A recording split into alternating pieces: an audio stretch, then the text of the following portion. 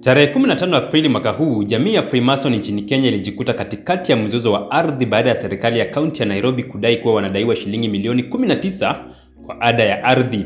Hata hivyo, Grand Master Mason William McGee alikanusha madai hayo, akisisitiza kuwa mali hiyo inamilikiwa kwa niaba ya jamii na kwamba swala hilo linashughulikiwa kwa mazungumzo na mamlaka husika. McGee alieleza kuwa mali inayohusishwa na dini hilo inashikiliwa kwa uaminifu kwa niaba ya jamii ya Freemason na si mali binafsi ya mtu yeyote. Aliongeza kuwa wanashirikiana na kaunti ya Nairobi kutatua swala hilo kwa njia ya maelewano na kwamba mazungumzo yanaendelea ili kufikia suluhisho la kudumu. Kaunti ya Nairobi imekuwa ikabiliana na changamoto ya ukusanyaji wa ada za ardhi, ambapo ni 20% tu ya wamiliki wa ardhi wanaolipa ada hizo. Gavana Johnson Sakaja alieleza kuwa kati ya vipande 2.5 vya ardhi vilivyosajiliwa ni 50,000 tu vinavyolipa ada za ardhi, hali inayosababisha upungufu mkubwa wa mapato ya kaunti.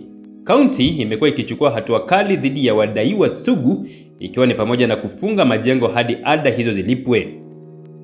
Jamii ya Freemason imekuwa na uwepo nchini Kenya kwa miaka mingi na inamiliki baadhi ya majengo ya kihistoria kama vile Freemasons Hall iliyoko barabara ya Nyerere, Nairobi.